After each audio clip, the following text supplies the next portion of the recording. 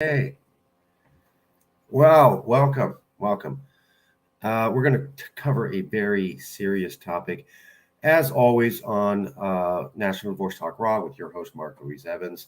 But we have a special guest tonight, and that is the newly elected CEO of the Cal Exit Movement, Jason Wright.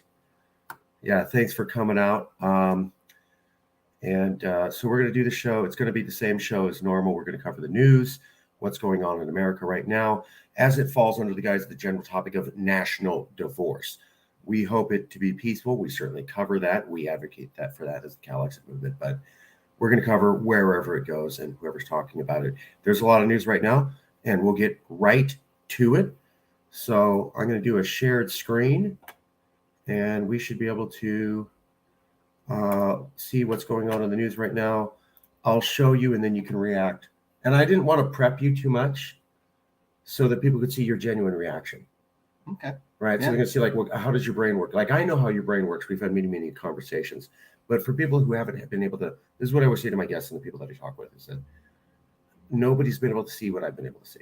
Nobody's been able to see the brilliance that I've seen on occasion. Not saying everything, but, you had your brilliant moments, and I was there, but then nobody else is able to see it. And if you weren't there, it's really hard to, especially if you like talking to people who have very different ways of thinking and complex and perspectives, it's hard to reiterate that to another person, because it's like, I don't think that way exactly, so I got the idea, but I'm trying to speak a foreign language for the first time. So here we go. All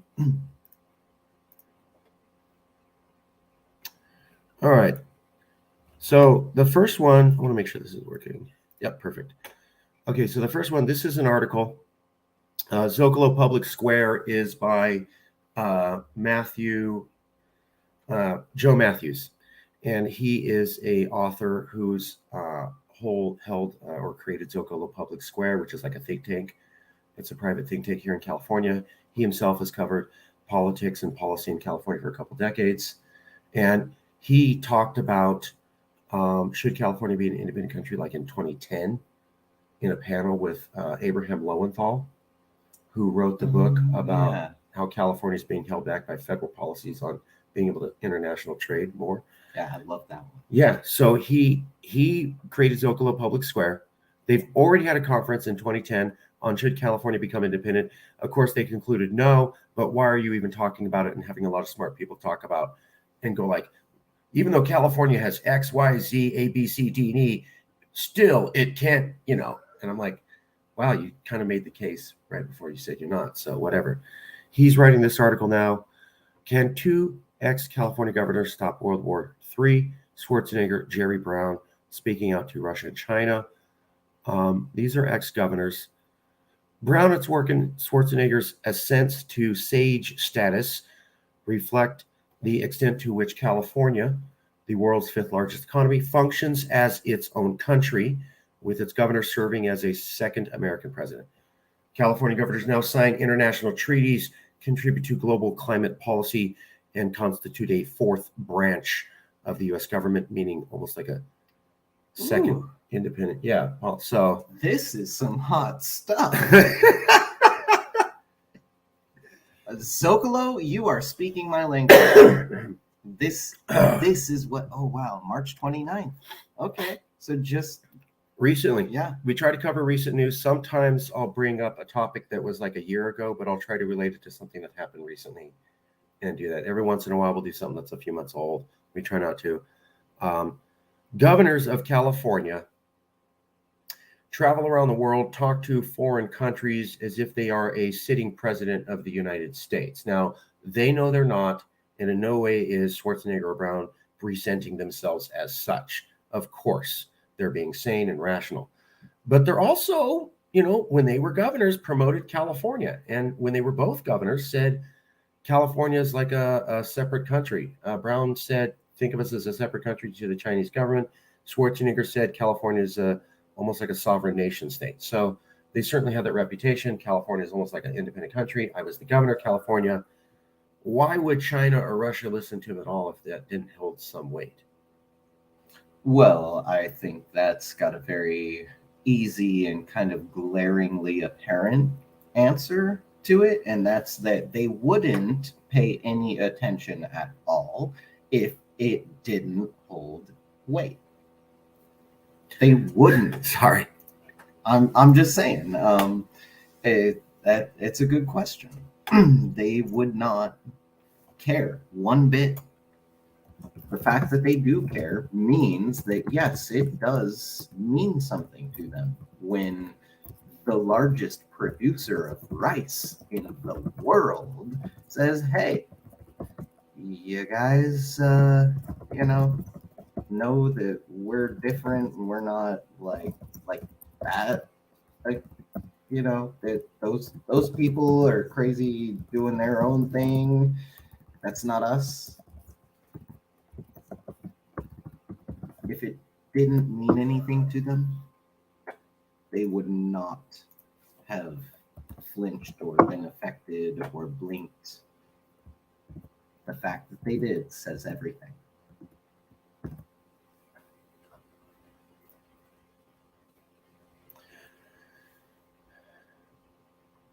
Would China and Russia care about Brown and Arnold if they didn't see CA as a nation state? Hold on one second. And the answer is most likely no. This reminds me of the Politico news article that referred to Jerry Brown as a president of a sovereign country.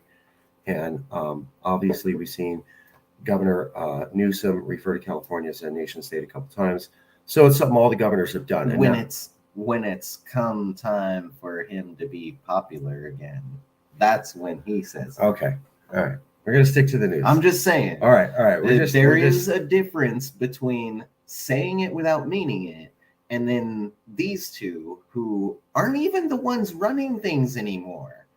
And they're being looked to because they actually genuinely, we the people can tell the current boss kind of doesn't care and says, what he needs to say. The former boss, though, actually did care and still cares enough that they're trying to help still. Where else in the United States of America is that happening in the political levels? In political circles, is there any politician other than maybe Bernie Sanders who's still fighting for the people even though they keep knocking him out? I would say these two are probably the only two other ones.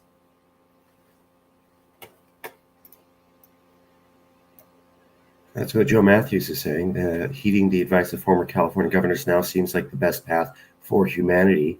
While speaking about California governors Jerry Brown and Arnold Schwarzenegger, attempting to reason with major superpowers who are comparable to America at a time when they're not really listening to America.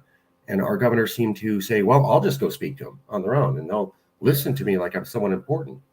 Think about what that means. And then he listed out here. Then Joe Matthews listed out here. California, world's fifth largest country, world's fifth largest economy. I'm smart. Functions as its own country, with its governor serving as second American president. Right there, second American president. I mean, when I was talking like this with California's Next Century in 2012, they were talking about treason. Okay, yeah. And you monster, and this is unpatriotic. This is like in public. This is this month. That's what I told the documentarians, and they're like, do you think it's going to happen? And I go, yeah. I'm like, look at the trajectory. And they go, but it hasn't happened. And I go, yeah, but look. Yeah, this shit was. Look at how it's trending. Look what everything across the spectrum is doing. And then the direction that California is heading. And you tell me it doesn't look pretty apparent where this is all going. The world and the U.S. lack statesmen. Brown and Schwarzenegger have used their position and notoriety to fill the diplomatic void. That's high-level policy for talking about how the UN and the international rules-based order aren't working to keep China and Russia in line as well as they used to. And usually it was America who would step in to fill the void and build an international coalition like George Bush's, the father's coalition against Saddam Hussein in that first invasion or something like that, or the World War II allied coalition with all of Europe and America. But it's falling apart, and that system is no longer providing the results that it used to for the last 70 to 80 years. That's what Joe Matthews is alluding to here. And he's saying that in that void of big bad America as the world superpower going around by itself and sorting out world problems, here comes ex-governors of California, and they're doing it all on their own. And no, they don't think it's silly, and no one thinks it's silly on the planet. And yes, major superpowers who are geopolitical rivals to America are listening to them. Does that mean that, am I missing the significance of this? Like, that's no, that is pretty significant. That is very significant. I'm also noticing this last sentence down here. Oh, yeah. So here's some of the backwards thinking that a Republican Californian and a Democrat Californian, remember, these guys are from two wildly different parties doing basically the same thing in different areas that they have an interest in. Jerry Brown's shown interest in China going way back to climate change because he recognized half of the pollution in the future is going to come from China. So if you're a real player on climate change, you don't have time to go, well, they did this and they did that. Okay, but unless you're going to blow them up, and I mean incinerate 300 billion people to ashes, they're going to produce an incredible amount of climate pollutant. And you need that to be 50% less, or you all die. So he's like, I'm going to keep talking to him because, you know, and then Schwarzenegger's had connections with Russia and even Putin because they like martial arts. Steven Seagal was in it. It's a bro martial arts thing. And that's all it is. It's not intrigue or anything like that. But here they are. What the CEO of CalExit is pointing out is they argue for making common cause with rivals and enemies. The sort of hard-headed inclusion that represents the California idea at its best. That is Joe Matthews talking about California values and the real-world policy implications of them. Yeah, and that's huge because that right there is someone who's obviously done their research, right? And they're coming to the same conclusion as what you've been saying since, was that like the last 10 years, 11 years? What I've been saying since, I guess like the last 7, 8 years, something like that. Shortly after you really kicked off the whole idea that we really legally can go back to being our own country. I also, I can't help but think about how many, there's a large heap of usable examples throughout history where California, very specifically California and not America, has stepped up to the plate. California and not America has hit a home run. California, not America, has led the way and shown the rest of the world that something else could be done. We could talk about nuclear sciences and nuclear energy, and unfortunately, nuclear weapons. That's a California stain, even though it's an American president who decided to use it against people. When the people who made the thing even said no. We could talk about the climate summit and how America did not attend, but you know who did? California. We could talk about the United Nations itself being founded in San Francisco, California, which happens to be a sister city to Hong Kong. Just saying, there are a lot of different reasons why people, especially here in California, should be able to get along with the majority of the rest of the world. Some of it's cultural, some of it's strategic, some of it's exploratory, right? SpaceX moved over, was it Tesla or SpaceX moved over to Texas? Still have a launch pad here, a spaceport here in California. We have a spaceport, people. Not every country even has a spaceport. California's got a spaceport. We really, really have more than enough reasons. And it seems like, who is it that wrote this? Joe Matthews. Joe Matthews. Joe Matthews, if you're out there, if you hear this, if you feel like doing an interview with me, I will gladly, because you obviously do your research. Wow, yeah, some of these figures right here. The dirty little details most people don't want to talk about. And you seem to be drawing a sane and reasonable conclusion. That's why I am just blown away, because I'm not used to seeing the dirty little details being actually brought to light.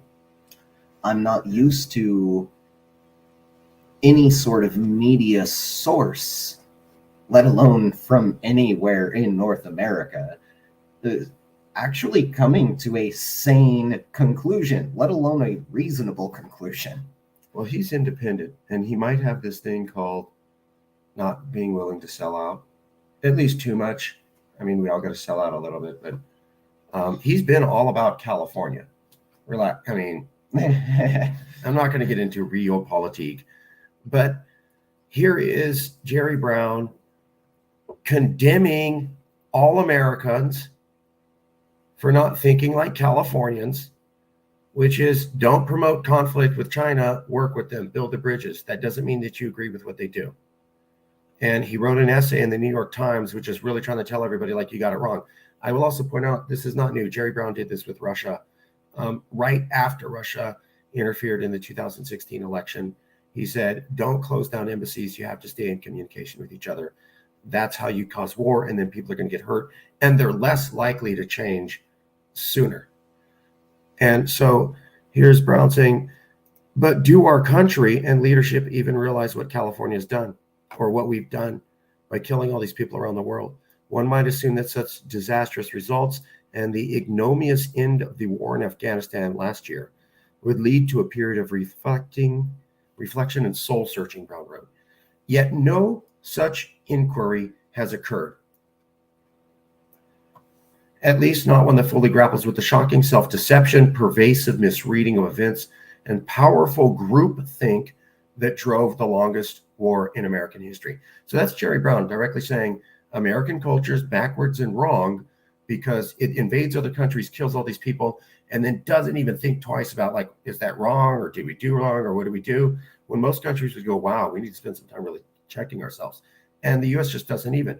And it's criticizing that. He's a California governor. And then Arnold Schwarzenegger is telling the Russian soldiers to, not believe in the war in the Ukraine, but he's speaking to them in Russian on Russian news stations. And he's not really insulting Russia. He's just saying this event is bad and you should not be there. And you know that, guys. That's basically the message.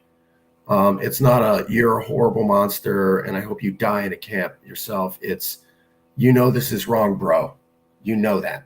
It's me. I'm a famous movie star, and I'm taking the time to learn how to speak enough Russian to get this message to you so that hopefully you will hear this. My words, not the media interpreting my words. And then you make your own decision.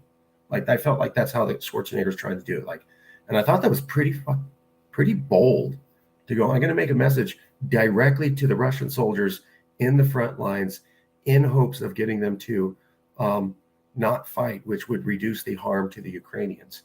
And I thought, like, that's almost like a military move, like it's the war ops side. But it was He thought to do it. He just did it on his own. I'm sure he cleared it with whoever he had to. But that's both of them reaching out to the bad guys and saying, maybe America doesn't always have it right. We should all continue to work together and talk and keep bridges aligned. Yeah, that sounds like a very sane person to me. Someone who's thinking things through and seeing the potential on the dark scale and the potential on the light scale and saying, which one do I want? Nuclear winter? Or potentially some like world peace, at least a little R&R? That's basically a very rational discussion. And here's Joe Matthews saying, as the world goes mad and sets itself on fire, we're better to turn to wisdom. He's referring to California. In another article, here is California hopes to balance legislation from conservative states. State leaders are drafting laws to make California a sanctuary for people seeking abortions and for transgender youth. There's State Senator Scott Weiner, who's been say what you will about him, but he proposes a lot of progressive legislation here in California. Some people call it whack job crazy. Some people say it's all the stuff that actually needs to happen, and he's the only one that has the courage to do it. I would just say check out what he does, because most of them kind of just sign off on the same stuff. This dude actually brings up some original stuff. Think what you want. I'm not endorsing anybody or whatever. I'm just saying do that old thing where you do your own research, think for yourself. Anyways, California is positioning itself as a state that fights back. Texas, Idaho, Arizona, a number of other conservative states this year have been moving forward with a suite of anti-abortion and anti-LGBTQ laws. In response, California Governor Newsom and the California government have expressed distaste for these laws and have actively started proposing new laws to countervail against them. As you know, it's been about 5 to 7 years where California started banning travel from the government for all government agents to travel or, any way to some of these states that had less progressive laws than what we enjoy here in California. And here's another thing, and this is the New York Times, a non-California newspaper, but kind of one close to the heartbeat of America, saying, here's California going, we don't like the way America's going, so we'll challenge all of you all by ourselves. It's the dude that walks into the bar and goes, I'll take you all on. Right? It's Optimus Prime when he faces the Decepticons, and it's the low part of the lull before he wins, when it's over and overwhelming amounts of Decepticons, and he goes, I'll take you all on. It's like, who does this? You're not a superhero. You really think you're just going to change all of America? And if I have to go after 5 states, fine. If I have to go to 7, I think on one of these legal issues in the last 7 years, they got it to like 13 states where they were just like, fine, we'll ban 13 of you or something. I'm like, bro, you're like Xing off a fourth of America here. No one else does this. No one else is super proud about this. What does that say to you? Well, I mean, I would point out that California does have nearly 40 million people. So that's somewhere between 10 and 12% of America's entire population.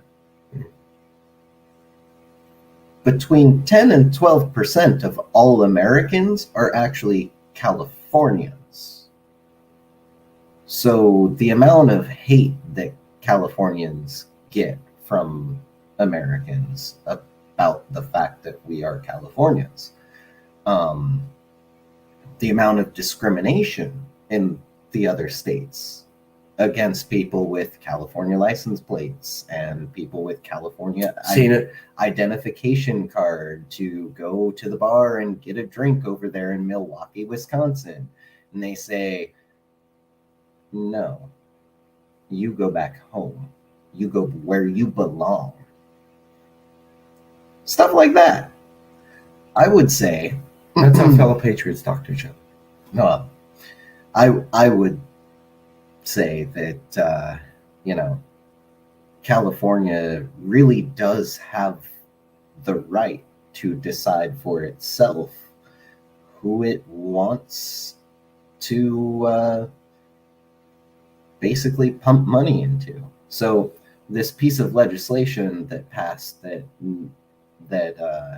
makes it so that our California elected officials who are paid by us Californians, right? Our tax dollars paid their paychecks.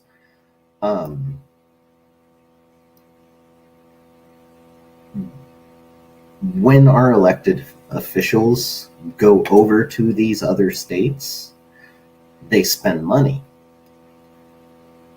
They bring in revenue to those places where they're going. And so California being so different, I would say, yeah, we shouldn't. I don't know of many people who would help to fund the Nazi Party if it were alive and kicking today, right? Unless they're in Ukraine. Yeah. I'm sorry. Well, no. Get back on topic. Ignore that. I would say that most Californians would not want our tax dollars to go to other states where they hate Californians. Oh, huh. Well, it's good to meet you. No, I'm not going to shake your hand. I hate you. Go back to where you're from. Oh, okay. Here, let me just give you all the money I have. Says no one ever. Yeah, I was like, this is a realistic scenario. And then I got, oh, yeah, that's right. Right, so, that's it. So that's what it seems like to me, is that we're sane, rational, reasonable people, and we do care, and we do help out where we can. But we don't usually tend to just throw everything we have away into the trash, burn it in the fire, which is what happens when our tax dollars are spent by our elected officials to, go to these places where they hate California. And they hate us for doing stuff like this. Yeah. Like this is the kind of stuff that people here are at worst like, eh. I mean, not everybody's down with it, but they're like, eh, like my dad who's 65 or 70, you know what I mean? But nobody's like, and most people are like, yeah, right on. So this is what American states hate about California when they see see stuff like this. They're just like, here's California thinking they're better than America, and they're gonna not hang out with America because they think they're so better. That's the way a lot of these conservative states that are being banned, and other ones who might be banned in the past or would be banned in the future likely, would view this article and this one here. And they go, well, yeah, of course. Like you could write out the word California and just go, Texas mom says she's moving her family to what place to protect her transgender daughter. There's 50 options. 50. And you know which one they would pick. 1 out of 50 is a significant number statistic. I gotta say, if I was a mom and had a transgender daughter anywhere in the United States of America other than certain parts of California, because it's a common misconception that all of California is just one way. We're very culturally different in so many ways, yet we're all still Californians, so at least we have that in common. But yeah, no, if I was a Texas mom with a trans kid, I would definitely move them somewhere in California. I would find me the most inclusive, loving, kind, charitable part of California. and I would probably live there for the rest of my life. Either that, or I would move up into the middle of nowhere in the upper Sierra Nevada mountains, have a cabin with a nice garden and a view of the stars like only a Texan could believe. Because deep in the heart of Texas. Sorry, that's my. I don't want to get us a Stars copyright are band. bright. Dun, dun, but- dun, dun. Yeah, my family's from Texas. Yeah, Yeah, my mother's side of the family, bunch of Texans, and there's nothing wrong with that.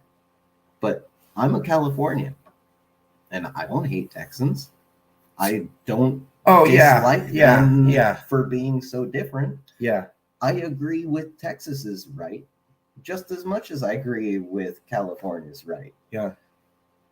This is why California culture goes way back. So my mom and my tias came over here in the 1970s because they were born and raised in Tejas, and they were treated like second-class citizens, at least all the way through the late 1970s up into the 1980s. In my opinion, there's still a lot of that there. Certainly when I went back in the 90s or early thousands, it was there. But here's now, and it's another person going, I have to get out of this place because I'm scared of the culture. And I know there's a lot of stories about people leaving California, but they're not saying I'm scared of the culture. What they're saying is if the prices are too high. And what they're complaining about is, I would stay there if rent was cheaper. That's what everybody who's complaining about California and leaving is saying.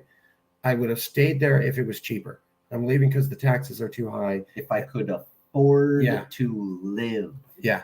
People can't even afford to be alive here. That's how expensive it is. Just imagine what the cost is if you die.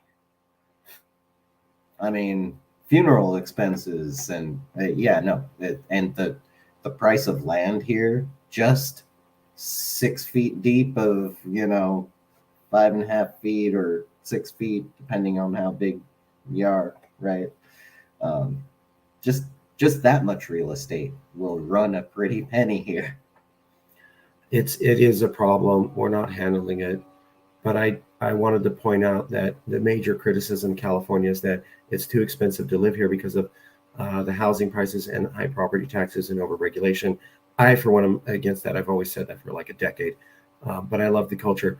What's interesting to me is that I literally exist because my mother chose to leave Texas and come out to California. And the reason they did was they said the culture was better. You had a better chance to be treated equally. And that was I was born in 1977. She would have came out in 75. So it's 22. We're talking about, 45 years ago. Let's say she came out here a few years before I was born, which is true, about 47 years ago. 47 years ago, the climate between California and Texas was one where if you weren't accepted there, you were terrified and scared for yourself, and you literally left because you heard California was an accepting place for people like you and your kind.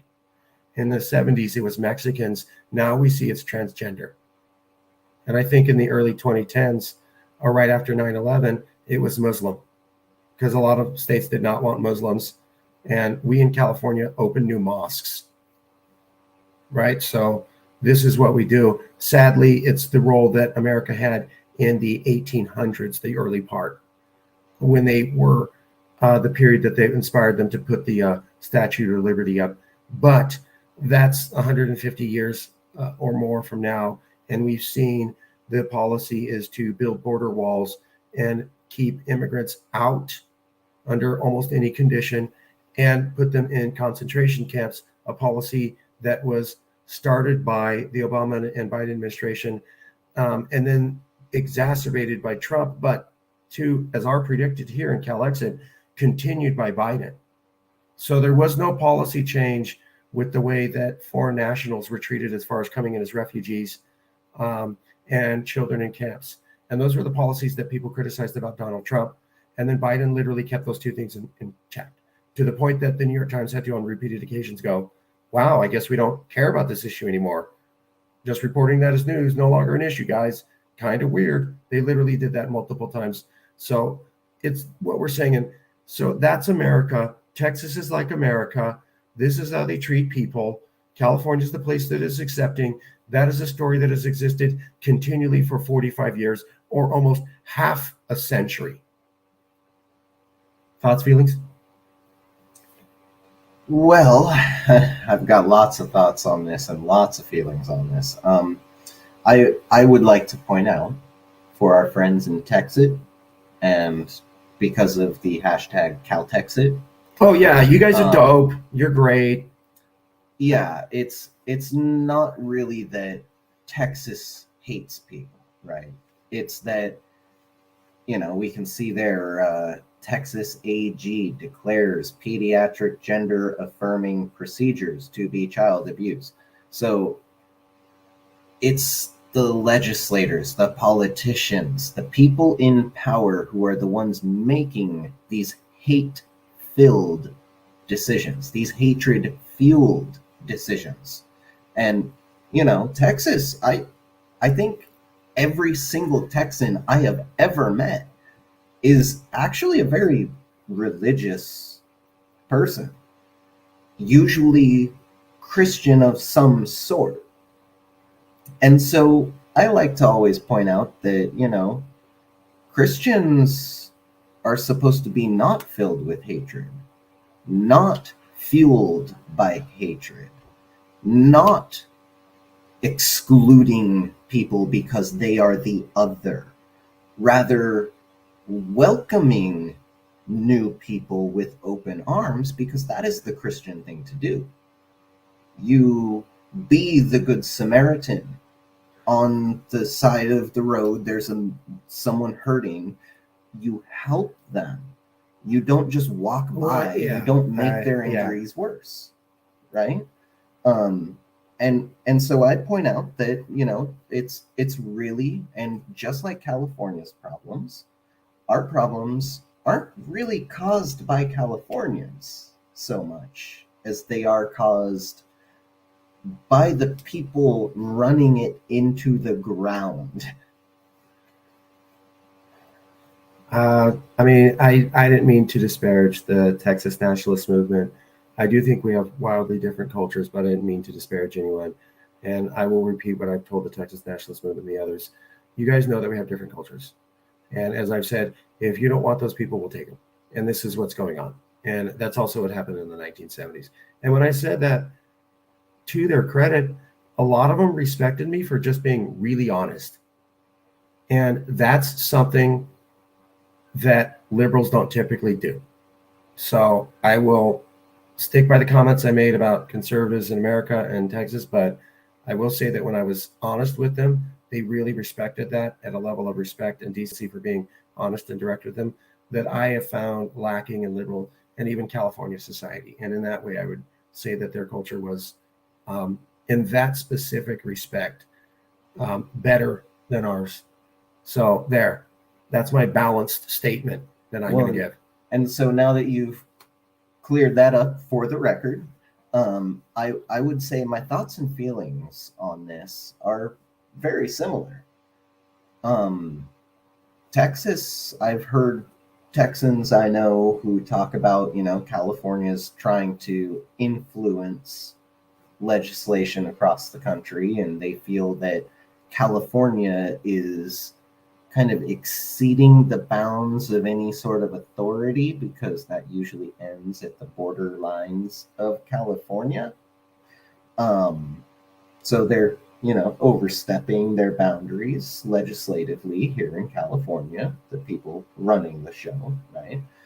And my response to that is, well, I feel ya. And, we've got all sorts of stuff that's got that same effect happening from the rest of America. We now have to allow certain things that we didn't allow before because America says we can't not allow it. Yeah. So I feel you on this. You want to have your way for you. And I agree that you have that right. as much as I agree that we have our right and that we should be able to do what we want to do for us. We shouldn't go and, you know, mess with Texas and Florida and, you know. That's what they respected about it was even if you're going, look, I think my culture is a little bit better, but I think you should totally do whatever the hell that you want, and I should keep my mouth shut about it. They were like, put her there, partner. Like, that's all they cared about, and they were more than willing to be your friend and show you classic Southern hospitality at every occasion. I want to be clear about that. Yeah, and so I would say, if you don't want California influencing Texas and Florida and the rest, you've got to come together and let us go. You all got to decide, yes, we will let California go. When the rest of the United States makes it abundantly clear that California will be allowed to peacefully leave, people might actually throw a party for us, from what I hear, or maybe more for themselves. Once that's clear, there's not much of California that's going to stick around, because we don't like putting ourselves and what we are and what we have all into that which hates us and wishes to see us destroyed. You know, people wish that we will fall off into the Pacific Ocean, even though the tectonic plate is pushing inward. Those are your facts. Yes. Yeah. Okay, that's science. Your facts, buddy. Science, right? It's an alternative way of looking at things. I would say that I definitely do agree with your sentiment that, hey, Texas, Arizona, Arkansas, Alabama, Nebraska, Missouri, North and South Dakota, the United States, there are people you don't want because you just don't like them, send them over here. We're Californians. We accept people for who they are. That's the whole point. You don't want to accept them? You shouldn't have to. Yeah. Send them to us, because we love everyone for the most part. That's the whole point. I'm going to send this article to my mom. So, anyway, she loves CNN. Fareed Zakaria, if you're watching this, bro, it's almost disrespectful to my stepdad how much she likes your show. So, I mean, she doesn't cross that line, but she watches the religious shit out of your show and quotes the hell out of you. So, whatever. Anyways, here's another one. Now, this is a segment. I'm going to show 3 clips, and then I'd like to ask your opinion with no warning. Okay? Okay. So, in the first clip is by the Daily Beast. Confederate flag tattooed felon is running for Congress. Jason Mariner won the GOP primary for a special election in Florida. It has the support of some of the state's most prominent Republicans. He's ... a character. This came out November 24th. Published November 24th. So it's a couple months old. That happens, but I just noticed it. So we try to stay up on it quickly, but I do want to cover it because we haven't covered it before. Now, he's running for Congress. He wears the Confederate flag. They're suggesting he's a white supremacist. That's the nature of the article. What grabbed me was that, like Marjorie Taylor Greene, Mr. Mariner later posted a second video calling for those to stand down, though he said the next day that those who attacked the Capitol on January 6th were a mix of angry leftists and extreme righters who did stupid things while discussing whether secession may be necessary along the Mason-Dixon line. I think secession is the most reasonable direction to go at this point, he said. The FBI has said Antifa, but here's a guy running for Congress, enough to get traction, talking about he's not. So he made a comment supporting January 6th, then he made another comment the second day, I'm sure, because his handlers got a hold of him and said, and they can't do that. And he's like, okay, well, maybe in spirit I support you guys, but you can't actually hurt people, which, okay, fine. So he was at least willing to come out and say, don't hurt people and physically do things like that. Hey, I can see eye to eye with them on that. Yeah. Hurting people is bad. Yeah. It's also against the law. And then he goes, well, but I think secession is the most reasonable path. Now, Marjorie Taylor Greene is another person who's come out saying that national divorce might be the best way go. He's using the same phrase, most reasonable. Ted Cruz also recently talked about Texas secession. And what they were talking about was avoiding violence and avoiding a further dissolution of the United States, which would, of course, create more violence. So as things collapse, there's chaos, people get hurt. So avoid that by having an orderly divorce. Same thing as we've always said here, the battered wife, husband, if you want, don't be beaten, don't get killed in a lover's spat. Divorce when you're at least somewhat annoyed with each other, but able to talk before staying together for the kids. And then, one day he hits you and beats you, and then you stay in a relationship where you're beaten. And I have family members who did that. So I know that's a real thing. And I see it at the national scale. So Exhibit A, think of him, think of Marjorie Taylor Greene, think of Ted Cruz. Exhibit B, this guy's in New Hampshire. That's not the South. And he's talking about the United States will collapse like the former Soviet Union did in 1991, while talking about the need for New Hampshire to secede from the United States. This is the New Hampshire independence movement who peacefully and legally filed or got an elected, officially fairly elected representative to post a bill up for a vote in their government about seceding from the Union, and that's New Hampshire, and they did it recently.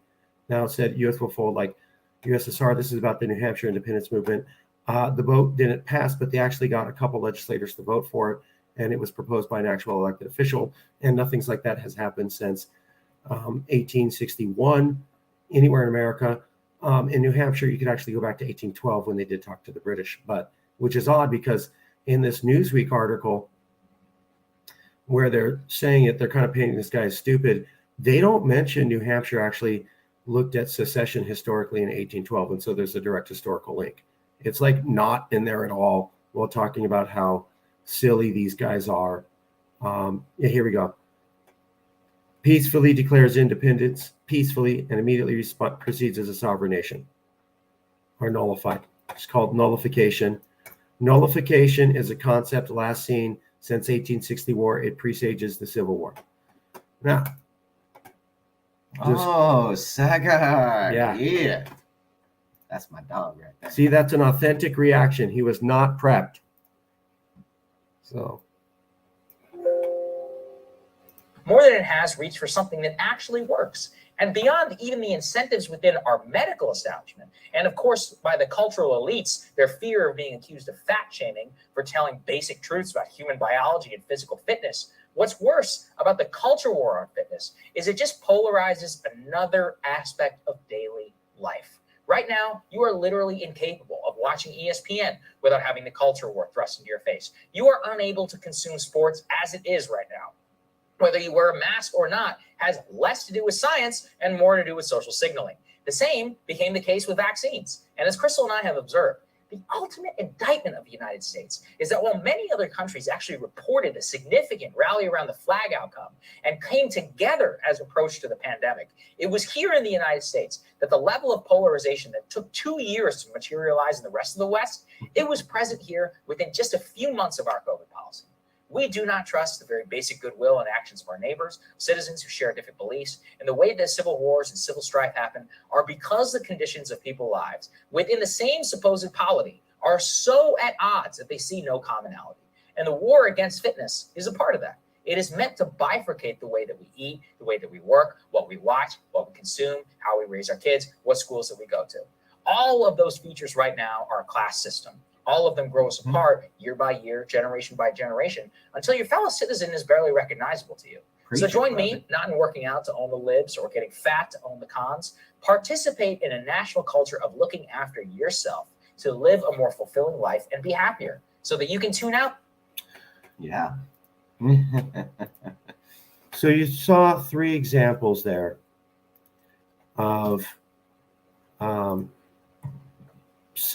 basically a legislator in New Hampshire is proposing secession. Other legislators signed on to it, although not that many, but still some did. Never happened before since 1861.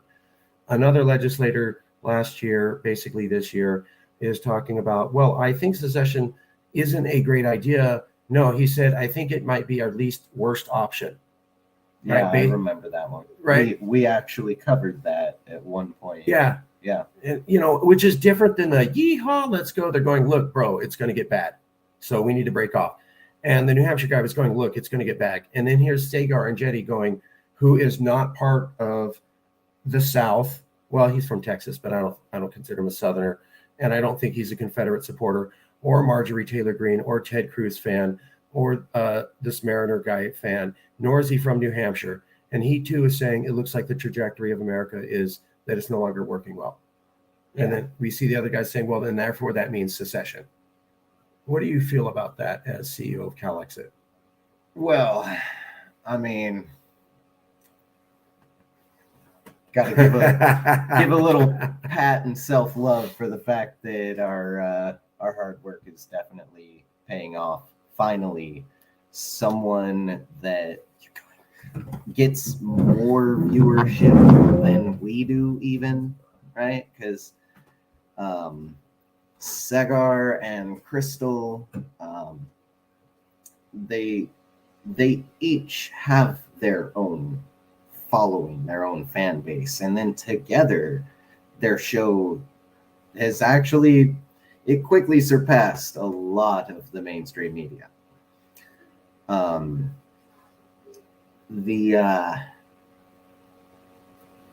The fact that our talking points, right, our topic of, call it national divorce, got picked up by Marjorie Taylor Greene. And she, I mean, ultimately kind of lost a lot of her following by getting banned on Twitter. But hey, Trump got put back on Twitter once Twitter realized he's going to be back in the executive office. So, they better not allow Twitter to silence a sitting president at any point, or else Twitter is now more powerful than the United States of America. Which it would definitely be an admission of, it's basically just, belly up, paws in the air. Yep, totally submissive. Twitter, you rule the world now. That's what it would be if they didn't actually decide, you guys have a function for people to be able to tune out people they don't want to hear. It's the mute and block functions. It's why I personally don't really have to put up with Trump tweets. It's also why I've never seen it as rational, reasonable, or even a viable option for silencing Trump. I mean, they ban him from Twitter so that he can't say what he's going to say, and he says it anyway. People listen to him anyway. You're not really winning that battle now, are you? And the fact that he's going to come back, because let's face it, I know Dems are not going to like to hear this. I'm a Green, so I can say it. I stand in the middle, and I look at both sides, and I say, one side starts at about 48.5% national. The other side starts at like 20-25% and sometimes gets up to like the realm of the 50s. When they're a really popular one, like let's vote in the first black president ever. Boom, landslide. When it comes to other, should I say, less exciting characters, people like the current sitting president, people who are very lackluster, wait weeks, if not months, until they finally start to look at the potential of how to address an issue.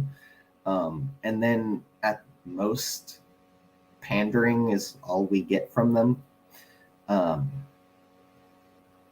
They don't get up to 50, let alone landslide percentages. So that means that if Twitter was allowed to, well, that means one, since we already know what the ticket's going to be, Trump versus Biden, then we can know that Trump will be back.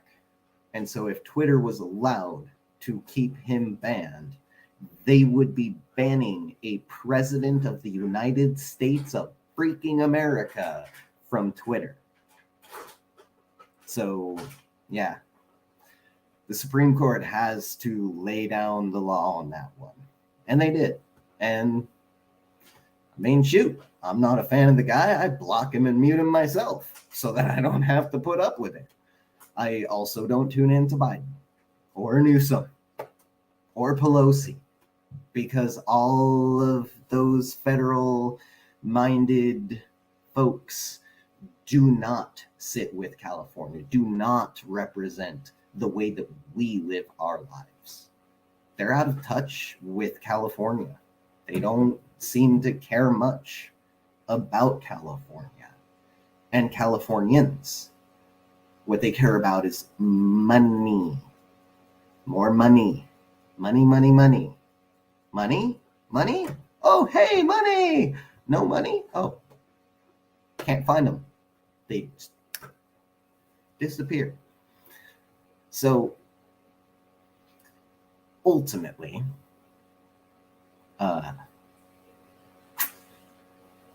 California needs to go on its own. California has been doing things on our own for a while in certain capacities. The things that are really holding us back are the things that we can't make our own decisions on. We have to listen to the federal government of the United States of freaking America on it. And hey, if you identify as an American, great, that's your choice. I am pro you get the right to choose for you. Just as much as I get the right to choose for me. I'm not going to step on your toes. I support you having your toes. And I hope you can support me having mine.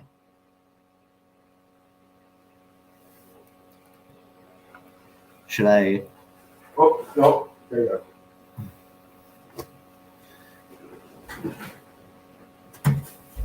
I think I got a little bit off the topic. I started talking about Trump and America. Well, I just led it back to CalExit because everything comes back to CalExit. It all comes back. I mean, people see me and they know what I cover with national divorce, and I'm dedicated to the topic. But while I created the idea, at least the impetus for it in 2012, my thinking's been shaped. It's been changed. It's been modified by many conversations with people like you, people like Lewis, people like Theo, people like others throughout the time, Art, random people on the streets. Because the more you learn about the topic, it reflects, right? That saying of 3 blind men felt an elephant, and one said the feet, the trunk, and the ear, and it's like you have to see the whole thing. So the more that you talk to people about the idea, the more it becomes defined, and your understanding of it has to shift because your reality and the information feedback in is more there. So you have a general concept, but it becomes 3-dimensional the more people you talk to.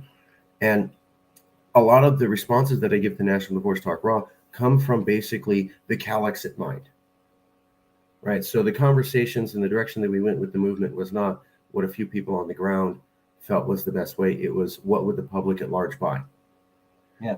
And that's why it's a movement. It's not, and that's why we're able to speak as leaders of the movement, not because we invented something and go, well, I feel it's this now. It's like, that's not what it works. It's reading the public and going, this is the spirit of the people, and we think we can awaken in this direction if they do something. So that's what makes it an actual movement. That's why we matter. And I wanted to show people that without prompting, without warning, here's another person that has a similar set of that foundational knowledge and Weltanschauung worldview about issues. Yeah, I'm smart, SMRT. and it's a Simpsons joke. That without any warning or prep, here's the news, and you would cover it, and what did you think about it, and what was your initial reaction with no warning, and that it was similar to the initial reaction that I give in all the other National Divorce Talk Raws, because it's informed from meeting people and being in the movement and all the conversations from Californians, that this is the worldview that we'll have about to look at things and how our perspective, the California nationalist perspective. That was going to be the original name of the show. But I wanted to differentiate, and Quinn Reynolds actually said, no, go with the National Divorce Talk Raw and add raw to it. That's why raw's there. So, so I could have been swearing this whole time? Maybe. So I think you all saw that there's a universality of the philosophy of the movement that pervades everything. And that is shown by Jason just saying what he said in the way that he said it, even when, I wasn't prepping him or anything. This is another thing I wanted to ask your opinion about. So we have talked about California governors traveling the world and acting like they're the head of a foreign country and being seen with great respect and it having some diplomatic power, because superpowers to America view California as having that much power, like a powerful nation state. We were talking about how California is taking on all of conservative America from 5 to 20 states with different laws, saying, well, I don't care what the federal law is, and I don't care if it's a majority what the states want. You're going to do what I said, damn it, and this is against my California values, and I'm going to put pressure on you. This is a form of embargo, folks. Embargo is how they're fighting Russia now. So when it comes to war, the worst thing that they do is start cutting off your money to take in money and make money. Well, that's exactly what California did. This is a form of economic warfare launched by California unilaterally on all of America that doesn't fit with its particular worldview. That's already happening. Whether I like it or not, it's happening. And then we were talking about how there's people who are leaving America to go to California because we have accepted values. That goes back to the 1970s. And then we talked about how Sagar and Jetty is thinking the whole thing's going to fall apart, plus New Hampshire legislators, plus Southern legislators. And building on that theme, here is people saying, well, here's Joe Biden, and he's strangely descending into crisis. Let's take a watch and then get your reaction as to what that means, following the theme of the show. I'm setting you up here for an easy answer, but you're going to just go and do some brilliance and go off. It's going to be great. But let's prep the audience. Let them see what we see, how we see it. Because these videos, remember, it's always not about who's watching. It's the people going to watch afterwards. Yeah. And so when I say, like, what are we about and what are the people like, I'm just going to show them this video and go, here, we're talking about the news and going, see, that real thing, that means this. Well, and so I find it funny because I was actually talking about Biden's popularity versus Trump's popularity and how we can see that given those two, we know for a fact that Donald J. Trump will retake the executive branch. Oh, we got to cover that. And Joe Biden's supporters, all two of them. Well, this is interesting. So this is a moment. Also, who's Nancy looking at? Everyone else is watching the most important man in the world sign the most important thing in the world, and she's looking off over there. That's really observant of you. You're right. All of these faces are looking at Joe because he's president, and Nancy's not looking at him, and she's looking at someone who appears to be way over here. Mm-hmm. Wow, like they're more important. Like maybe she's giving them that look that says, and this is just my opinion, but I see someone with that look in that situation. I'm like, oh, so whoever that is that they're looking at off screen is the person that paid this goon to convince that goon to sign that thing that everyone else is so interested in. And yes, I just called them both goons. We're going to go, well, I called Kamala Harris a vendida, and I meant it. It means sellout in Latin slang. In California Latin slang, I should say, because the slang's different in Texas versus whatever. Here's the thing about Joe Biden is sucking hard and going down. Let's take a watch, and then we're going to talk about, I totally blanked on it. It's so dumb of me. the poll showing that Trump would beat Biden. Good.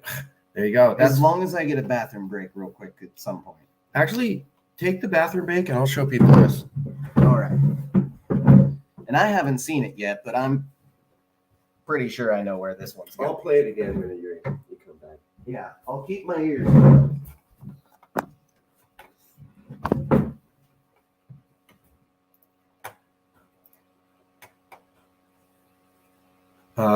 He will be back in just a second, and then we'll get going. We're going to talk about Joe Biden and how he is ineffective and bumbling. And when you add that with the fact that Donald Trump himself also was seen as a horrible president, it shows a continuous line of ineffective presidents. And that attaches to news that we had covered here earlier with European allies and Japan not sure about American alliance or the strength of it after Donald Trump. We've covered some articles in foreign policy articles that had talked about how Trump had left, but European allies and Japan and South Korea were going, I don't know if you guys are dependable, because the thing with Trump was so chaotic, you don't seem as dependable as you used to be. And that's in foreign policy articles. They're already talking about it. So now we have Joe Biden, ineffective president, following Donald Trump, ineffective president. Now in America, they're going to be focused on what party one belongs to and their stance on particular issues.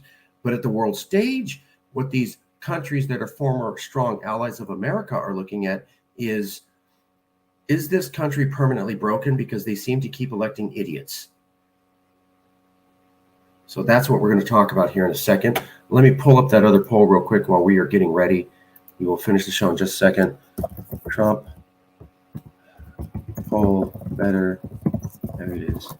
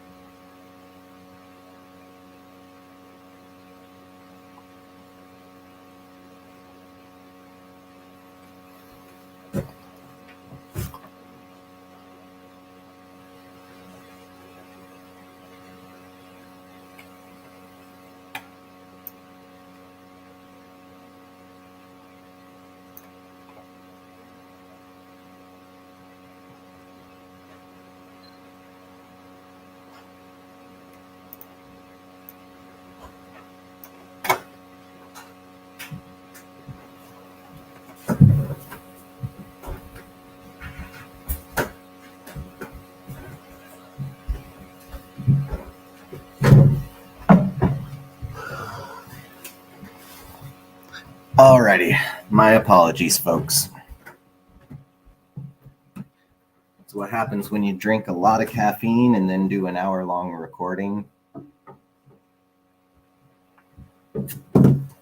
Beatings will continue until morale improves. That's how we do things here. Okay, so we are back. We are wearing black shirts. That's as much rhyme as you're going to get out of me. Here we go. Now, Jason had reminded me, and I had forgotten to see, we're at the same level. I forget things to remind each other. And like I said, it's everybody in the movement. You know, there's a lot of people who've been around for a while. I'm not blah, blah, blah. Majority of voters say Donald Trump a better president than Biden. That's from Harvard and Harris. Harris is a well-respected polling agency, and that's Harvard University.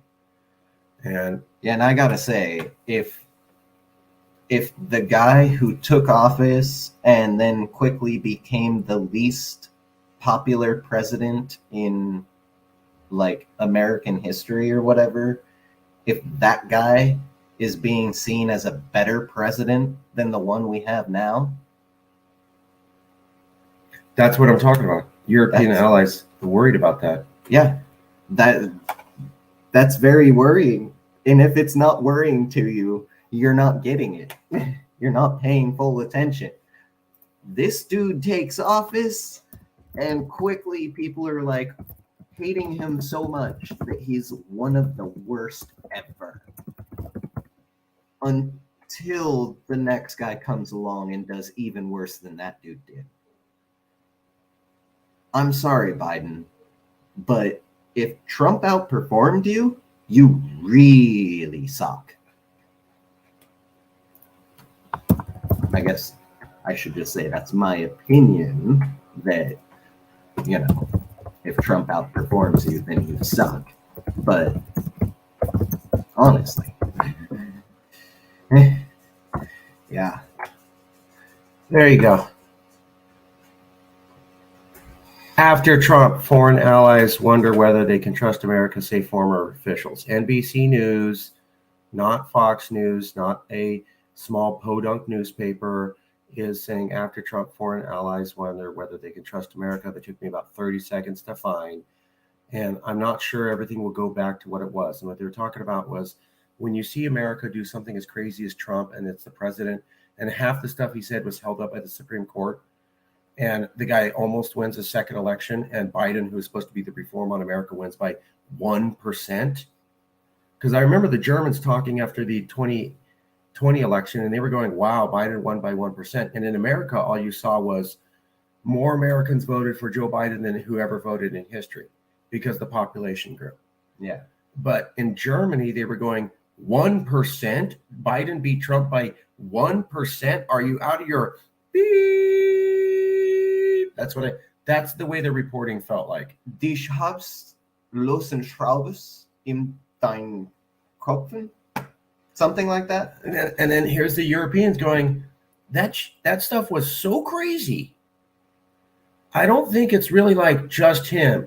You know, like you see a couple and one of them's crazy, but they always stay together. And after a while you go, well, the other one looks sane, but they stay together no matter what crazy stuff they do. And over time you begin to go, I bet the other one's crazy too. You know, they're hanging out with this crazy person so much, they gotta be a little crazy themselves. I'm not buying this whole, I'm a little crazy. You know, I'm a little crazy. Hey, most of my exes were psycho. They were just really, really smart. They were like, which is really stupid. I'm not smart. I don't like. I'm sorry. I should not laugh. I'm not smart. I don't like dumb chicks. I like them really smart and a little crazy, which is just, that's like not playing with fire. That's dousing yourself in gasoline, except for one arm and holding a match in it, and then just going, we'll see what happens after you dance. Anyways, foreign allies, they're not sure. America allowed all that stuff with Trump. A lot of it held up in court, and it was even allowed. And the American people didn't just rise up and remove him from office, is what the Europeans are thinking. And Biden only won by 1%. So they see that and they're going, wow, maybe America doesn't work. And then here we go to this poll showing that Donald Trump, in a Harvard poll that just came out, would do better than Joe Biden. The same survey also pitched a hypothetical 2024 matchup between Biden and Trump, and found Trump leading 6 percentage points, 46 to 40%. So beating Biden by a clean margin, not 1 or 2%. 6% is pretty decent. You want 10, but 6 is where a lot of elections have gone. Similarly, a McLaughlin and Associates poll survey released last week also presented a hypothetical 2024 rematch between the two figures and found that Trump leading Biden in 5 percentage points. So that's 2 separate polls by reputable polling agencies with a 1% margin between both polls, predicting Donald Trump beating by a 6% margin roughly in the 2024 election, which is a substantial margin. And we told you that when the European allies saw Trump got elected, Biden almost won by 1%. And then here's Trump coming back. That's 3 terms of that they're watching America's entertaining this bumbling foolery, at least at a 50% of the country level. And that's terrifying the allies. And this is not a conspiracy theory. Could we go back to that one real quick? I would like to point out that the first one, 46% to 40%, is, so their projection is that 86% of American voters will actually vote, while the other one is much more hopeful, thinking 93%. Some good thinking. I think It's not all just pretty looks, is it? oh, It is. It It's is. 50%. it's a little more. Did you just is someone feeding you lines? What is this cord right here? tied into my Right ponytail? here. Who is? No, I found it. Here's the cord. it's the Samson yeah, okay. hair. Someone's the Samson feeding you. hair keeps my brain extra oxygenated. That's how I can think That's about these things. Makes sense. So I'm thinking that it's going to be more along the lines of 70 to 80%. I don't think it's going to actually hit 80. I would be surprised if it's 80, 82. If it's more than 82, I'll go ahead and do a cooking video. My crippled ass will do a cooking video, and I don't know. You're talking about voter participation. Yeah. Okay. Because I honestly don't think that, I mean, not that I'm opposed to cooking videos. I love cooking videos. I'll do cooking videos whenever. But I haven't done one in a while because I'm all physically broken. And I will do if 82% or more of American voters actually turn out to vote in that race 2024. for those two. If you're Trump familiar versus with Biden. South Park, Yeah. there was a giant hygienic product and versus a PG. fecal sandwich. Let's keep it, yeah. That's what I see this as, and I see that much more of America's voters are going to take that approach of, why would I vote for either of them? That's some tasty fun. So this is what we were talking about. America's a Trump country. We said in 2016. We said half of America outside of California likes Trump in 2016. We pointed out Joe Biden won by 1% in 2016. It's 2024. I mean, in 2020. And then it's 2024, and Joe Biden is losing to Donald Trump, proving, as we were saying in 2016 when we were the first ones saying it, and in 2020 when nobody wanted to hear that America is a Trump country. At least 50% of America outside of California, which is what counts. You know, because it's like, who's your friends and neighbors? Okay, well, literally half of my neighbors are people who do not share my values. Half. I'm sure the other half are great people, but half aren't. Most of you would say, we're moving. So that's what's going on with America. And it's not crazy to think that, because foreign sovereign nations are already also thinking that. That's where all this is going. Thoughts, feelings? And not just any foreign sovereign nation, but ones that have known America a long time, have been very good friends to America and of America for a very long time. Yeah. I mean, sure, World War II happened, but most people don't seem to remember that America and Germany were allies before that. I mean, yeah, World War II happened and America fought Germany alongside others and against others, right? But America and Germany went back to being friends after all the fighting was said and done.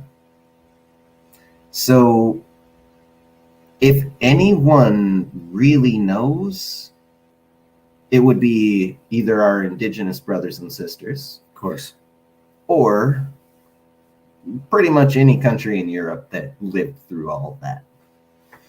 And this was the Chancellor Merkel, no less. smart person. One of the, I mean, Okay. yeah. Okay. I will try not to fanboy Okay. out too much on the now former chancellor. All right. Let's, Just saying that someone who is known to have a good read on things, someone who's known to really just, okay, I know my opinion and I know what I think, but let's remove ourselves from the equation and see the whole big picture, and let's see what else we might be missing because of seeing it only through our own eyes. Yeah. And this person who is a world leader, who is up on that level, who operates that way, was going, oh mein Gott, America, wo bist?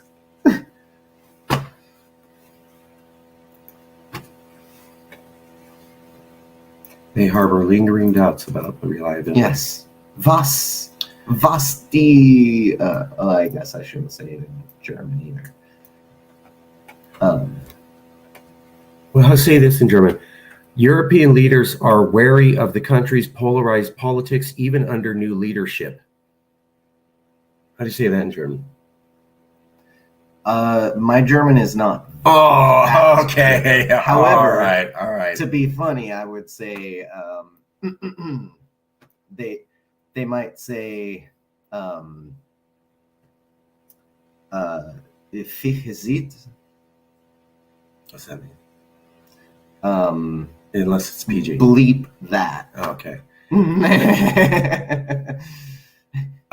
America's partners around the world are mostly relieved that the end of Donald Trump's chaotic presidency is near, but they harbor lingering doubts about Washington's reliability and are wary of the country's polarized politics, even under new leadership. Former foreign and current U.S. diplomats say, quotes, there's a feeling that it can happen once, it can happen again, says James Bindenagel, a retired career U.S. diplomat who's a senior professor at Bonn University in Germany.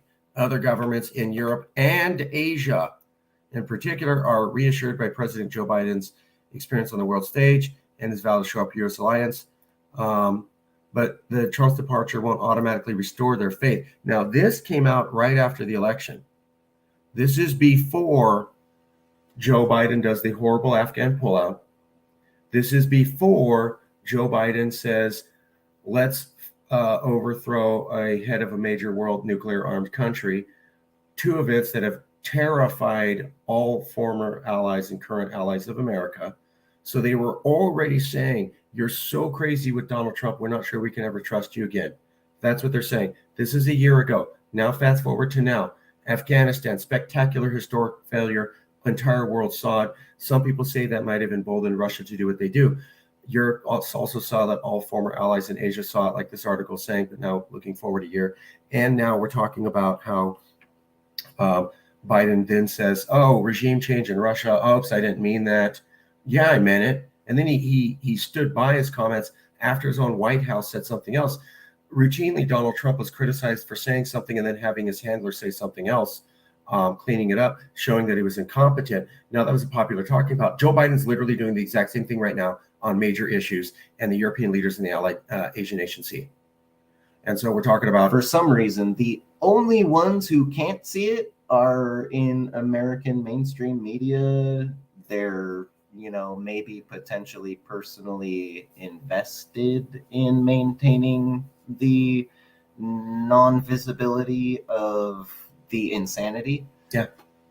But the rest of the world still sees it because they, one, have a bit of a vested interest in, is it safe to go to America? Is it safe to do business with America? Or should we look to other places? This also, I would point out,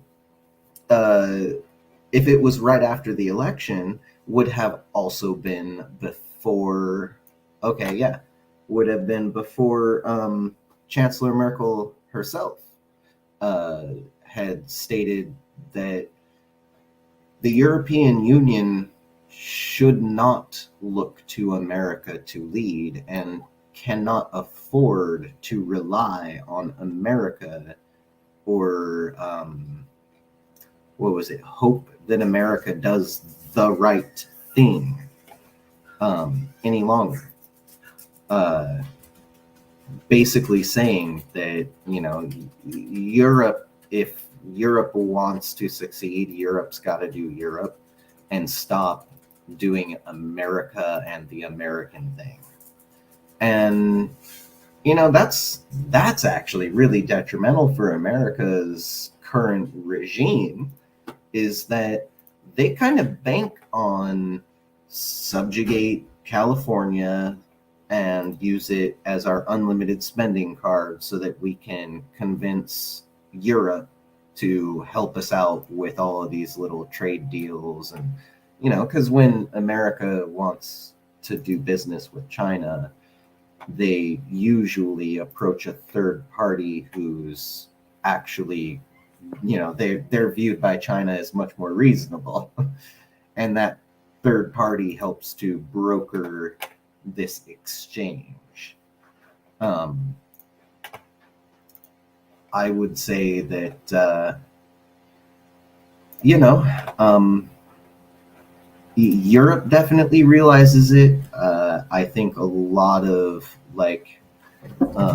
so India and China both are in the same boat of we don't want World War III. Now, and a war between America and China would be humongous. Like it would be all-out warfare. It would probably go nuclear. A war between America and India would be humongous. It would be all-out warfare, and it would probably go nuclear. A war with Russia and America would be humongous and would probably also go and Cal exit now. Got the hashtag. Love it, Scorpio.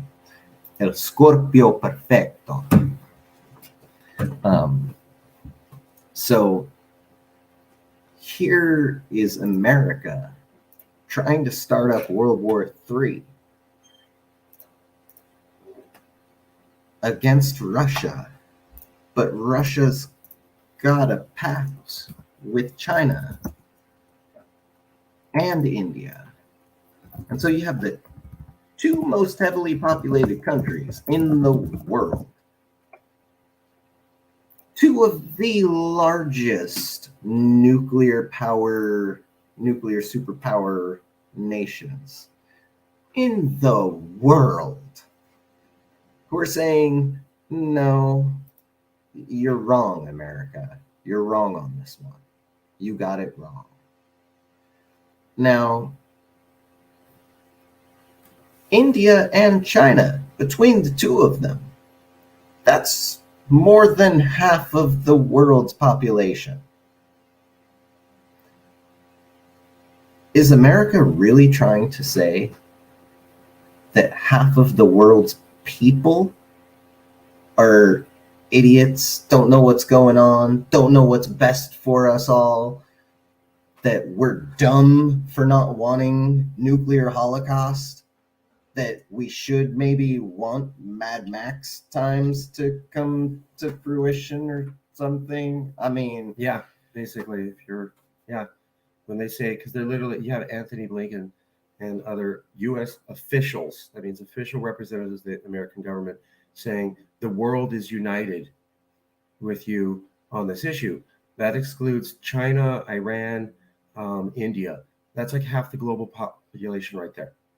That's not even naming the other countries.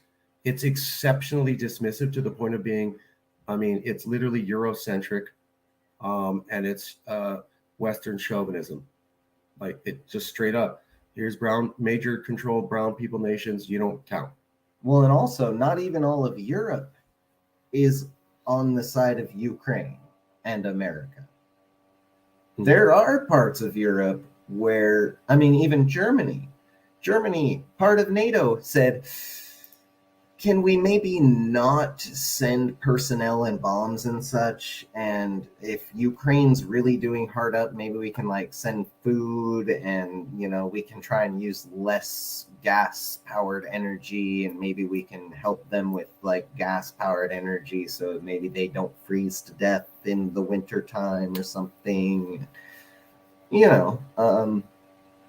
Not even all of Europe actually is on America's side with this thing.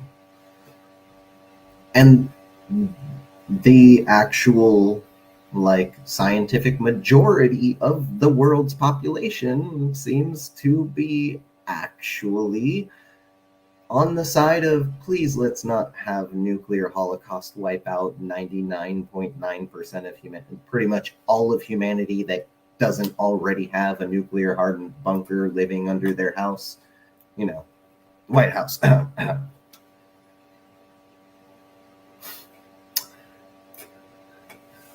Last article I wanted to ask you about, with no prep, then we'll wrap up the show. National Divorce Talk Raw.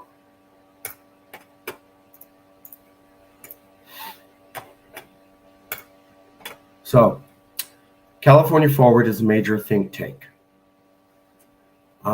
They cover California issues. They're well known.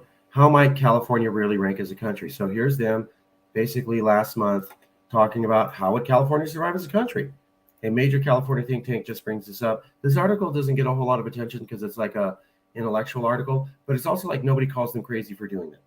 So again, it's the sign of the times. When we were starting things in 2015, 2016, like this was radical stuff. When you wrote this as a book, Yeah. What is it? California's Next Century? Yeah, thank you. Yes. Also another book I love. I'll get you that money later. You were very much an extremist, Right. because you thought about California as potentially going it alone and being its own. Oh no, we can't look at that. Yeah. And now we've got the forward-thinking people who like look at progress and is there going to be progress or not? Try to analyze and project what the future may hold for us. Yeah. And they're saying, yeah, this does not seem to be so extreme. There's only a couple think tanks in California that are well known and respected. California Forward's one of them. Here's an article where they're literally talking about California as a state. By the world's fifth largest economy in the world, ahead of both India and the UK, Governor Gavin Newsom often describes California as a nation state. Now, here's the other thing. So it's both that we live in a time in the trajectory where you've been in the movement, and you know that we were talking about things in 2016, 2017, 2018, 2019, 2021, 22. And now here's this article, and it's just like, yeah, well, this is what we do. We talk about this. So you literally can see with your own eyes the normalization of the concept in the trajectory of just a few years. Yeah. And you remember when I was looking through the state's archives of our overall production for California, how much we dish out to the federal government, how much we lose because of varying things that the federal government says we have to do or doesn't let us do. No, you can't sell rice to China for a reasonable price. Yeah, they need the rice to feed the people. We don't want people to starve to death. We don't like that here as Californians, but we can't set the price legally. Yeah. It's the federal government. Right. And so they say you have to overcharge China. California has to overcharge China, which means China's not going to buy. And so California gets nothing, right, rather than at least something, while people end up not starving to death. It's a win-win, unless you're subjugated by the American federal government, it turns out. So this is another test. We're covering news. This is news. This place was talking about California as a country. This is their criticism. It is the exact same thing that some of the critics of CalExit said. Now, they're not making an argument about to CalExit or not. They're simply saying, how would California do as a country? It's significant that a respected think tank would even posit the question when, as they saw taboo only 5 years ago. However, in addition to that, they do the typical thing that we saw with CalExit. I'm sure you've seen these arguments before. With no prep, no warning, and no assistance, how would you respond to these counterattacks on the CalExit movement and how things might be better in an independent country of California in regards to these issues? Well, so living conditions. Yeah. As someone who has been living in the Bay Area for about 14 or 15 years, minus that one, month, the last month where I've been stranded in Barstow. I gotta say, $1,200 for a studio apartment, which means that if it has a kitchenette, that is also in the living room, which is also your bedroom. A studio apartment, a 0-bedroom, also referred to as single occupant residency or something like that. $1,200 a month, and that doesn't usually include utilities. Some places they want you to pay all the utilities, and so that's not just electric, but any gas, right? If it's got a gas furnace for heat, if it's got a water heater that uses gas,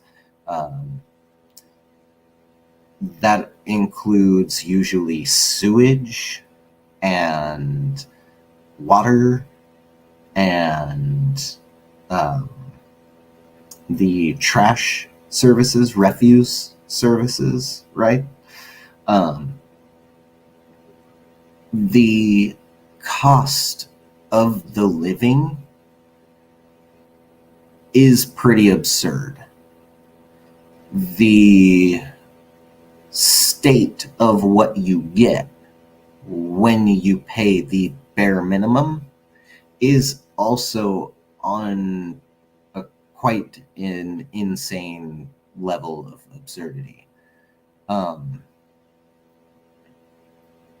When I was down in Barstow, I saw some places that were way more run down than anything I've ever seen in the Bay.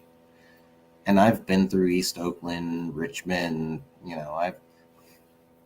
I've seen the hood of the Bay Area.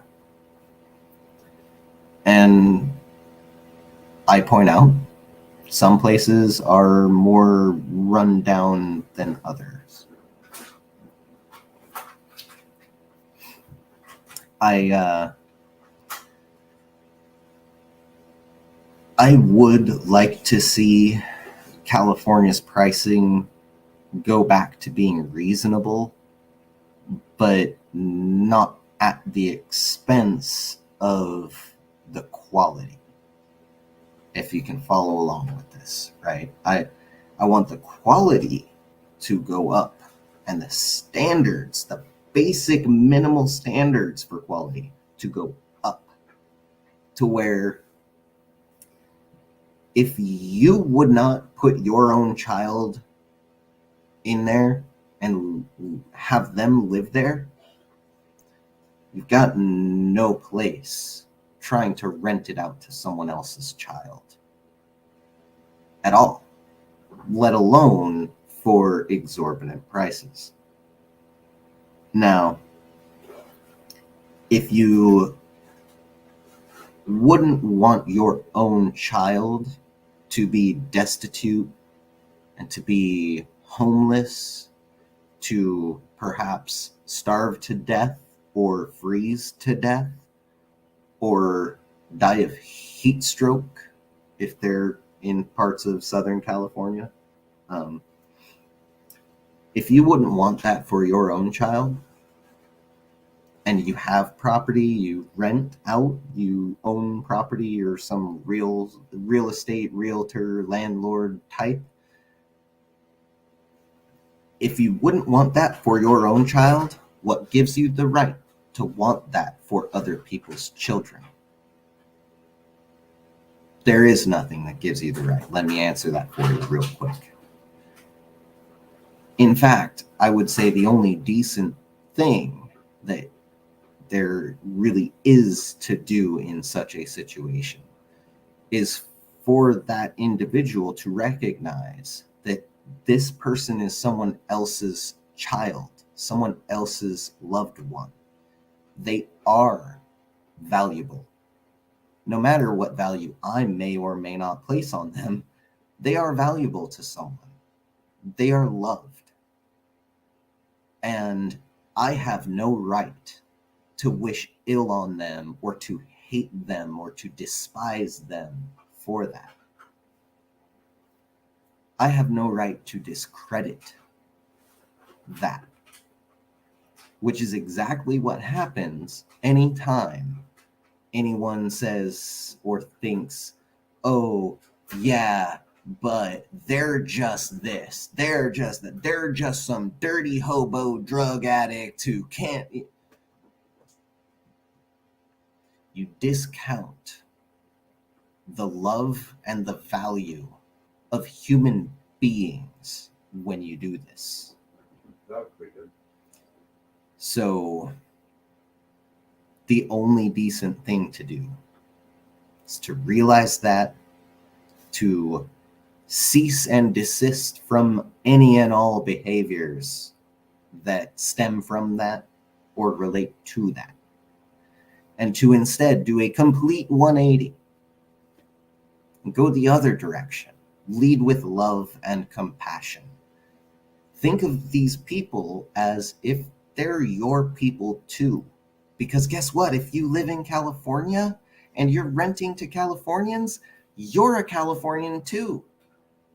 And the worse the housing situation gets, the worse you're going to get, the worse you're going to be, the less money your properties will all be worth. When we all succeed, your properties will be worth buku bucks. When we're all starving to death and dying on the streets, your property values will be next to nothing because nobody wants to live in the middle of a cemetery. So think about that. This article does make that good point there. We really do lack big time on the housing. And that's something that we could solve if we didn't have so much corruption in California's leadership. Now, clean water, there are parts that have great clean water, and there are parts that do not. And it's not like those parts that do not just don't because it's the middle of the Mojave Desert. It's because of the demographics. In Marin County, you can go from Tiburon over to Marin City. And in Tiburon, lots and lots of money, great clean drinking water. When you go over to Marin City, however, not so much money. Pretty historically, how should I say, it's been segregated on historic levels to the point where current to this day, African American folk who go to rent places in Marin County are told that they should either try this place or that place or just go to Marin City, where the rest of their kind are. And if you think that that's maybe a little too far of a stretch to call it segregation, there's a part of San Rafael called the Canal. And that's where Hispanic folk are generally segregated off to. Look it up. It's real. Marin County, huge wealth disparity. They've got lots of money. They can solve problems. They can do things. They just don't want to because it means helping the dirty brown people and the dirty black people. So, folks, get your head out your ass and do something decent as one human being to another, one Californian to another. Help solve problems. Don't help further them. You know, there was a statistic before Trump, I believe it was, there were enough empty homes in America to literally give one to every single person who doesn't already own a home in America.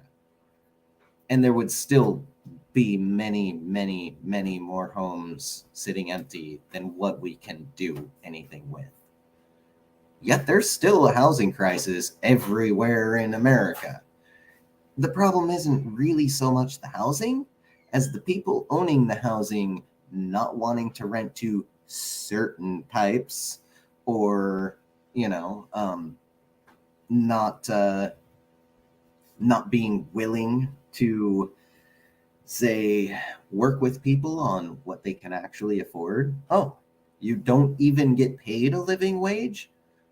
Well, let me charge you something you can afford, and that way I still get something from it and make my money off my place, and you don't die out on the streets outside of the place, which then decreases the value further. I mean, it kind of seems like a no-brainer, but I guess that's because I have a heart. So education here. In terms of education, another pillar of prosperity that tracks performance across the different stages of education, utilizing indicators like early childhood education and graduation rates.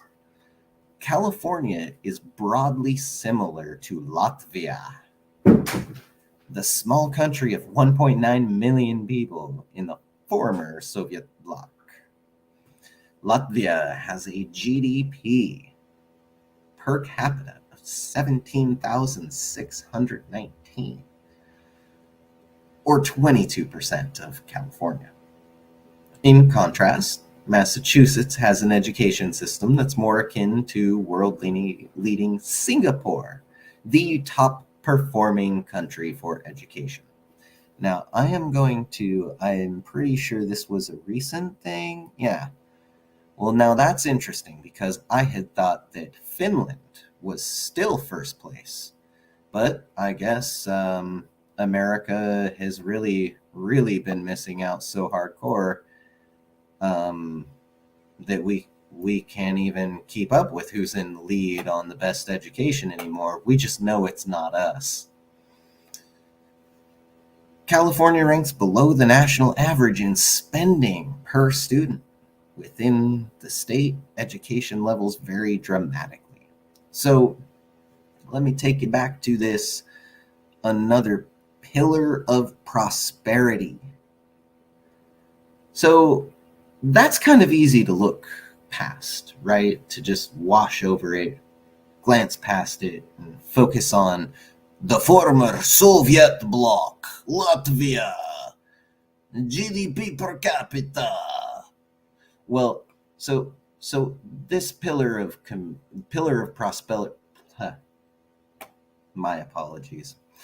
Pillar of prosperity. Education, right? People who are given access to more knowledge, right? Knowledge is power. People who are given more access to more knowledge at an earlier age. This is scientifically proven. They absorb more, they do more with it 99 times out of 100. It really opens up the world for their future. The better educated they are, the more likely they are to succeed.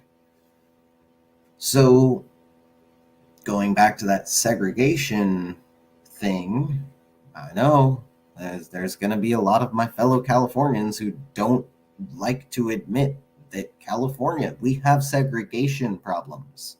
We have serious problems here that go unaddressed.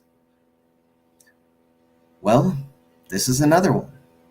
Schools in the hood get little to no funding. They gotta They have to do book sales. They have to do fundraising drives, or else there is no more school for any of those kids. Can you imagine that? Being a kid, going to school, having friends and growing up with kids from your neighborhood and learning alongside of them, and then one day you go to school, you try to go to school, and they tell you school's not there anymore, and you're like, but I see the building right there. Well, yeah, but that building's just kind of empty now and isn't gonna be filled anymore. That's not school anymore, because there's no more money, so there's no more teachers. Teachers in the hood paid enough to live in the hood, not paid enough to live up in Marin. Teachers in Marin, depending on where you're in Marin, get paid enough. Teachers in the hood in Marin paid just enough to stay in the hood. And even more unfortunate than the fact that this happens in California is the fact that it actually also happens in all the other states. Our native brothers and sisters are also very, very, very heavily subjugated in these sorts of ways. So much so that I even think that as bad as the hood's problems are, whichever hood you go to, those problems still kind of pale in comparison to indigenous issues, because that's how hardcore the governance has gone against them. So anyone who's not a super richie, which I'm not, right? That's why I'm talking this way. Yes, been living in Marin, barely surviving, and not even in a studio apartment. So, don't think that just because I can clean up a little doesn't mean that I. Anyway, point is, all of us who get subjugated, we should be very empathetic, compassionate with our indigenous brothers and sisters, because we know what they go through. Whether we are knowing about the exact things they're going through or not, we know it. We've lived through it. We've been there. We've been doing that. And so have they. And so it all comes back to do the decent thing. Do what's right by humanity, not what's right by your personal interpretation of morality. Don't do what's legally mandated and nothing more. And a lot of the places I've lived, even places in Marin, never actually met the codes anyway. They never actually met the basic legal mandated and nothing more. They couldn't even do that while still raising prices beyond, I had a studio apartment that started out where my girlfriend at the time and I could put both our totals together and just barely afford it. And within a year, they raised the rents high enough that we had to move out. Had to. No other choice. I mean, what? Get an eviction on my record? No, thank you. Because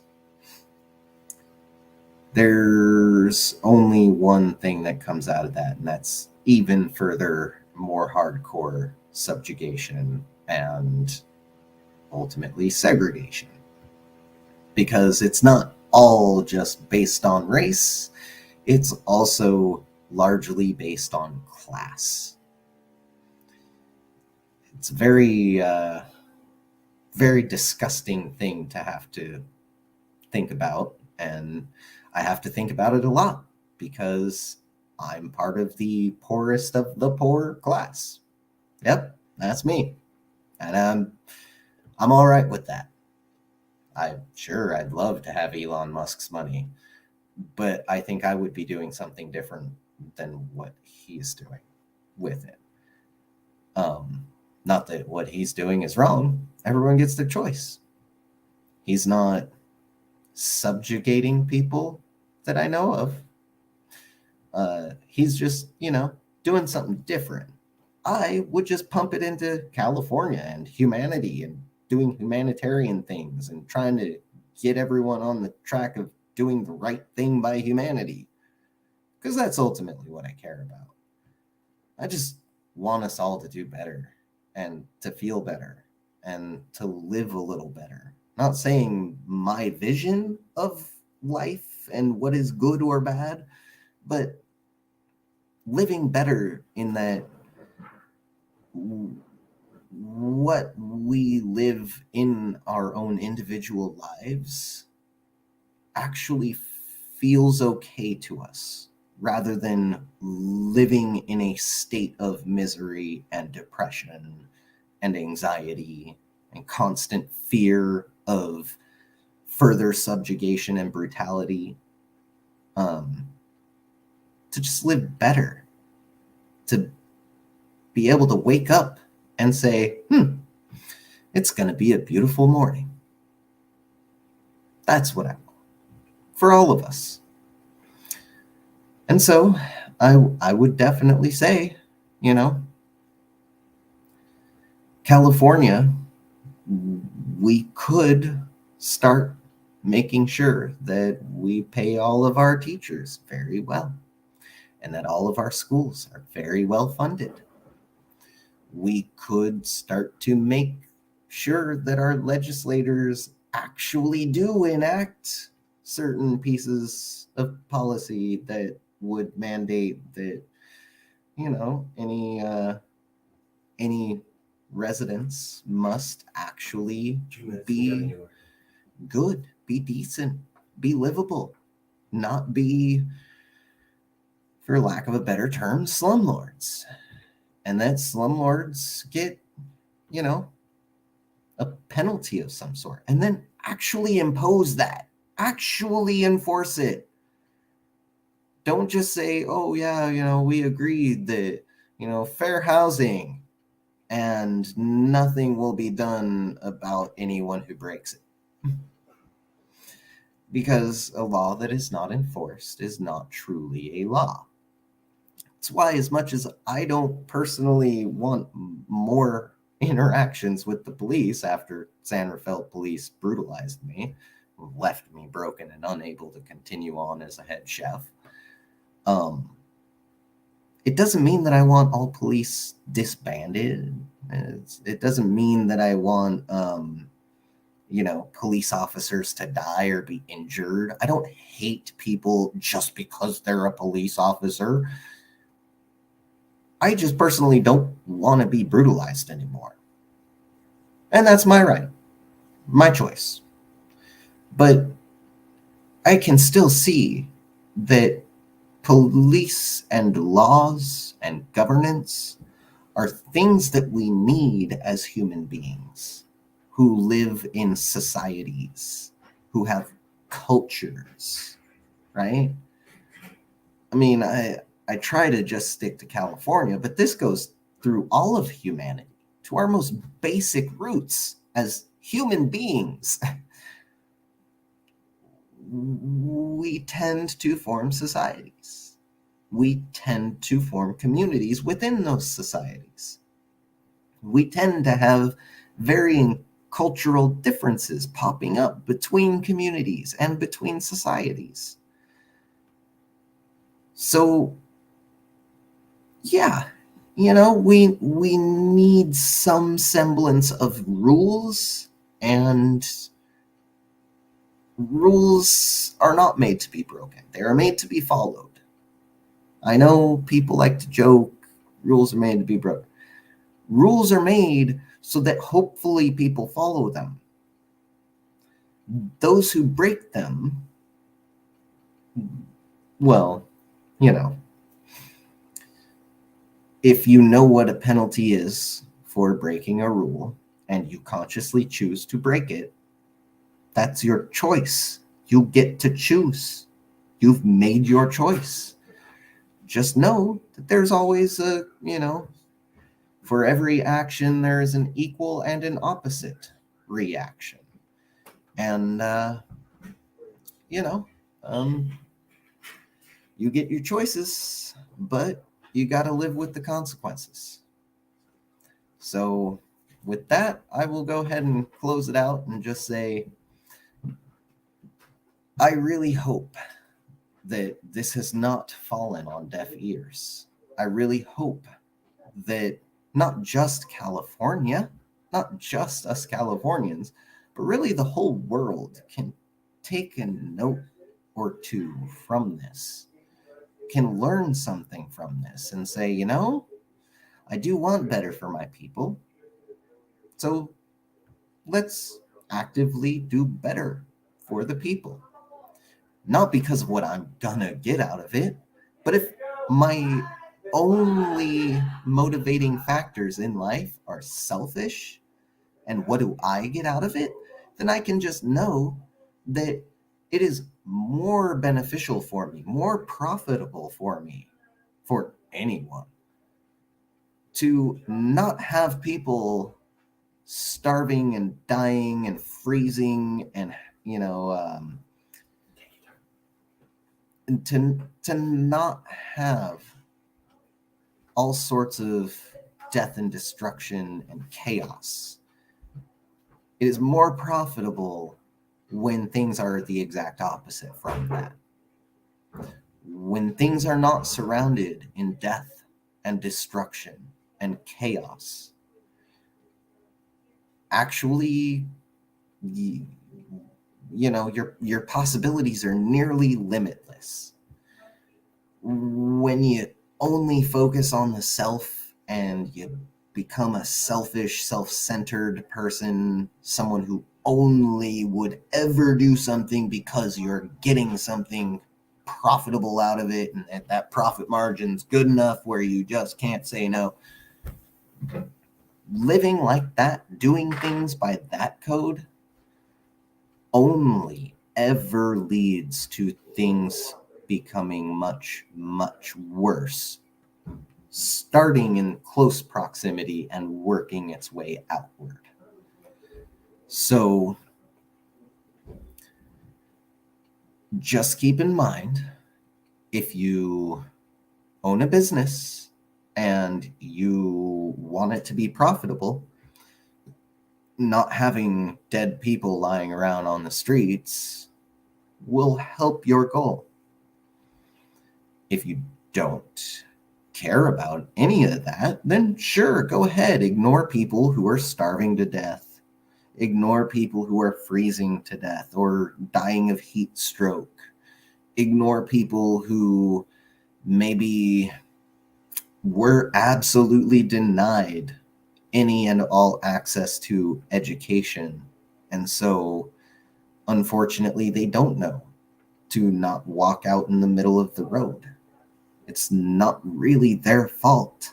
It's the fault of our society. We have failed a massive amount of our people the world over. I don't think, as much as I love Finland, there are still, cases that can be made over there. Finland's done much, much better than America probably ever will do. But hopefully, a free and independent Republic of California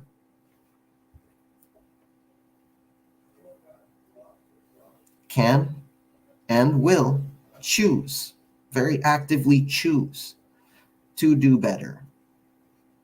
Hopefully, California will start to catch up to Finland and Singapore. Hopefully, California will get the message. But most importantly, just please, practice being a decent human being. Practice your humanity.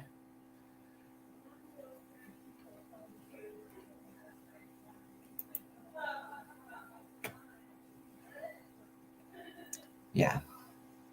So I bid thee adieu. Please be safe. Please be kind. And please do what you can to help others, yourselves, all of us. When we all pitch in and help all of us, we all do better. When we all give up, we all do worse.